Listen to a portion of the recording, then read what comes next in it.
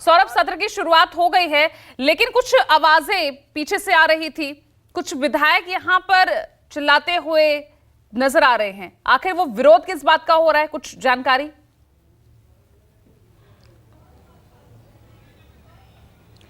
जी बिल्कुल पूजा, ये बीजेपी और एनडीए के विधायक हैं। ये जो अभिभाषण हो रहा है और जिस तरीके से सरकार के द्वारा किए गए कामों का उल्लेख राज्यपाल कर रहे हैं, तो उसका विरोध बीजेपी के जो विधायक हैं वो कर रहे हैं बीच बीच में। कारण उनका कहना है कि जो मुख्यमंत्री थे उन्होंने सरकारी खजाना को लूटा है, जमीन घोटाला में वो दोषी पाए गए हैं, और जिस तरीके से उन्होंने झारखंड को लूटने का काम किया है तो आप उनके कामों का बखान मत कीजिए। इस चीज का विरोध हो रहा है, यानी राज्यपाल जो अभिभाषण दे रहे हैं उस चीज का विरोध किया जा रहा है। लेकिन सबसे बड़ी बात है कि आज झारखंड हाईकोर्ट ने जो याचिका हेमंत सोरेन के तरफ से डाली गई थी, जिसमें उन्होंने अपनी गिरफ्तारी का विरोध किया था और उन्होंने ये कहा था कि मुझे फंसाया जा रहा है, मेरी जो गिरफ्तारी है वो गलत है, तो उस याचिका को मंजूर करते हुए हाईकोर्ट ने ईडी के अधिकारियों को 9 फरवरी तक अपनी रिपोर्ट देने को कहा है, और अगली जो सुनवाई है इस मामले में वो 12 फरवरी को होनी है। जी ठीक है, ये अपडेट आप दे रहे हैं सौरभ। हेमंत सोरेन ने गिरफ्तारी के खिलाफ जो याचिका दाखिल की थी, अब उस पर हाईकोर्ट ने ईडी से जवाब मांगा है।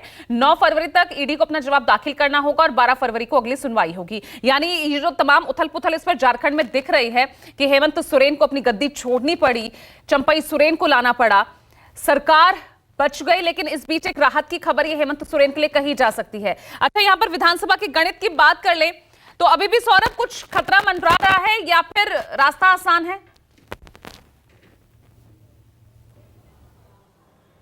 ये बिल्कुल रास्ता आसान है। जिस तरीके से महागठबंधन ने अपने सभी विधायकों को एकजुट रखा और जो रणनीति उन्होंने बनाई थी वो रणनीति कहीं ना कहीं सफल होती दिखाई दे रही है। और अब से थोड़ी देर के बाद मुझे लगता है फ्लोर टेस्ट में भी कोई परेशानी महागठबंधन को नहीं होगी। कारण इनके जो 2 विधायक हैं वो इस वक्त विधानसभा में नहीं है।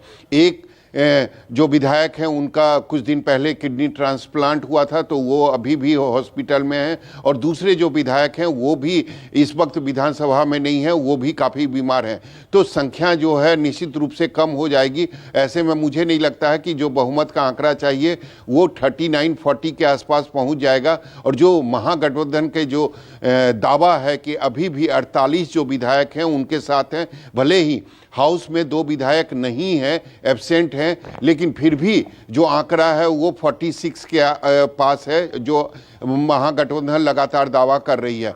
कल्पना सोरेन के नाम से जो कुछ विधायक यानी 5 विधायक जो विरोध कर रहे थे चंपई सोरेन के नाम पर, वो दोबारा वापस आ गए हैं। तो मुझे नहीं लगता है कि फ्लोर टेस्ट में महागठबंधन को कोई भी परेशानी का सामना करना पड़ेगा। हो जाएगी, ये रास्ता भी पार कर लिया जाएगा। और इस बीच हेमंत सोरेन के लिए भी राहत भरी खबर ही कही जा सकती है कि झारखंड हाईकोर्ट ने जो याचिका है जिसमें गिरफ्तारी के खिलाफ याचिका हेमंत सोरेन की तरफ से जो दायर की गई थी उसको स्वीकार कर लिया है। अब ईडी को जवाब दाखिल करना होगा, रिपोर्ट अपनी 9 फरवरी तक सौंपनी होगी और उसके बाद 12 फरवरी को इस याचिका पर अगली सुनवाई होगी। ठीक है, बहुत बहुत शुक्रिया आपका सौरभ इस तमाम जानकारी के लिए। लगातार झारखंड की सियासत को लेकर नजर हमारी बनी रहेगी। फिलहाल राज्यपाल के भाषण के साथ विधानसभा के सत्र की शुरुआत झारखंड में हो गई है।